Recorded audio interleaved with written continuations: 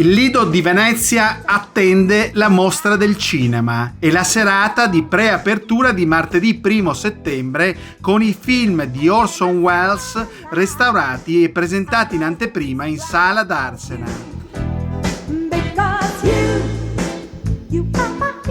Poi mercoledì ci sarà l'apertura ufficiale con Everest, il film sulla scalata del monte dell'Himalaya, con l'attesa parata sul tappeto rosso del Palazzo del Cinema.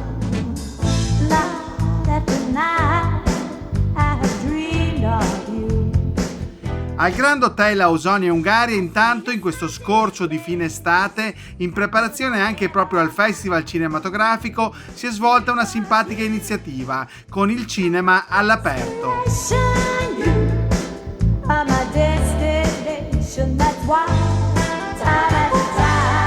Animazione, fantascienza e lanterne magiche, i temi presentati dall'editore El Squero Davide Livieri, organizzatore dell'evento.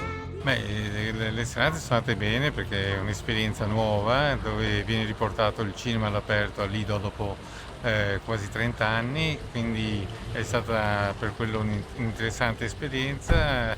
Abbiamo dato emozioni perché i film dal cinema di animazione al cinema di fantascienza hanno quindi molto suggestivi all'aperto, e da quindi film come Incontri ravvicinati di terzo tipo a Avatar, quindi tra classici e film più attuali.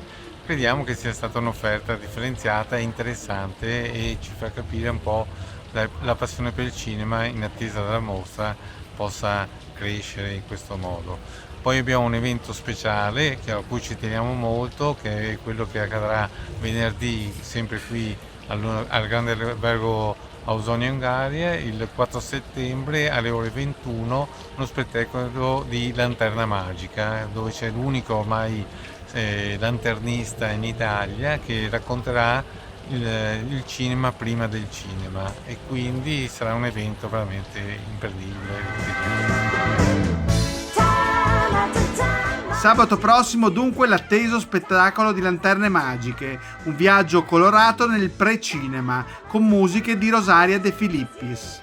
La serata sarà appunto un viaggio attraverso dei vetrini dipinti a mano tra il 7 e l'800 che racconteranno un viaggio intorno al mondo attraverso anche delle situazioni anche divertenti, o raccontando delle storie che accadono durante questo viaggio, e quindi verrà anche accompagnato dal pianoforte, dalla pianista Rosaria De Filippis, che accompagnerà dal vivo.